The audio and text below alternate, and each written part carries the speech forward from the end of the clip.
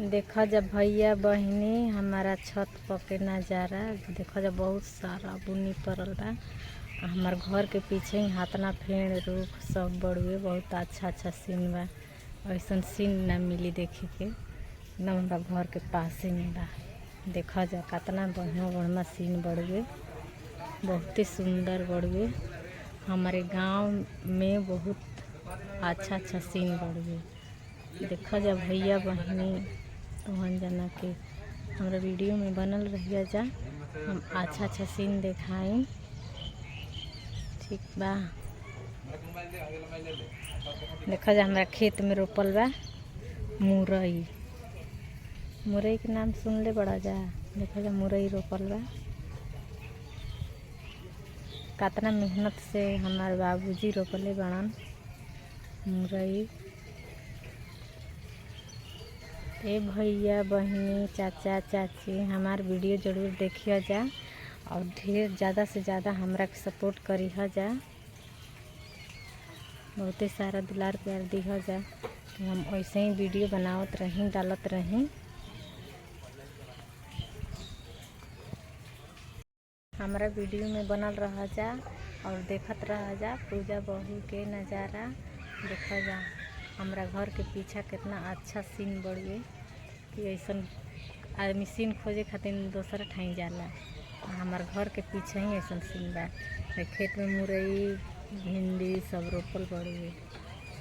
देखा जा तो हम जना के वीडियो हमारा अच्छा लगी तो लाइक सब्सक्राइब जरूर करिए जा। एक बार देखा जा अमरूद दिखावा तनी अमरूद फरल बा। हमार ना ह दूसरा कोई के ह बाकी हमरा छत पा गल बा फरेला नु तो खूब तूर तूर खाई ना। हम छतवे में बा हमारा एकदम सटा के रोपल बढ़िए। जरूर सपोर्ट करिए जब भैया बहनी चाचा चाची काका काकी। पूजा ऑफिशियल चैनल में बहुत आप लोग सपोर्ट करिए जब बहुते। देखा जा अमरूद फरल बढ़िए बाकी अभी भेटा तो नहीं थे तोड़ के देखा तो रही में गिर मत गई नीचे।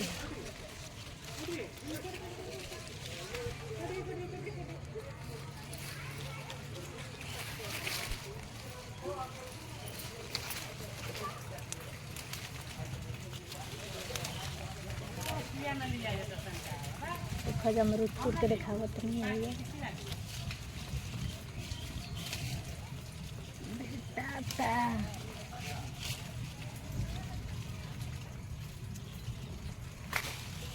तो लेनी बाकी पाकल नहीं थे।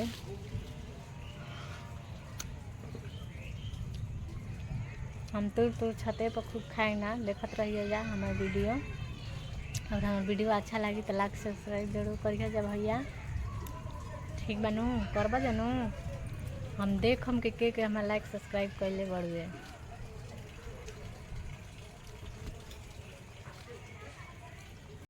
चाचा चाची दादा दादी हमरा के जरूर सपोर्ट करिए जा। हाथ जोड़ के विनती बा तो हमरा से आप लोग जरूर सपोर्ट करिए जा हमरा के। और हमारे वीडियो शॉर्ट भी डाली ना लॉन्ग भी डालो तनी 2-3 दिन से। अभी नए नए बानी समझ में नहीं आवत काका बोली काका डाली बाकी डालत सीख से जरूर सपोर्ट करिए जा। देखा जा हमार फ्रेंड लोग ये हमार घर है वो कुटी काटे वाला मशीन हट गए। बाबूजी हमार काटेलन भैंस के खियावेलन वही घर में सुतेलन। 2 गो रूम बनल बा तो हम जना के बहुते सपोर्ट कर जा कि पूरा है खाली बतवन बन जाओ।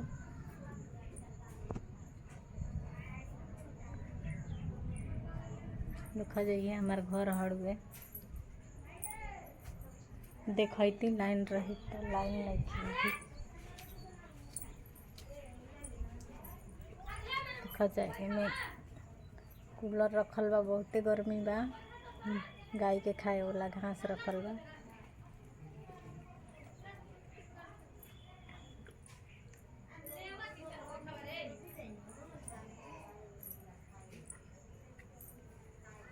हम जना के जरूर सपोर्ट करिए जा। एक लाइक देला से गरीब के भला होगा।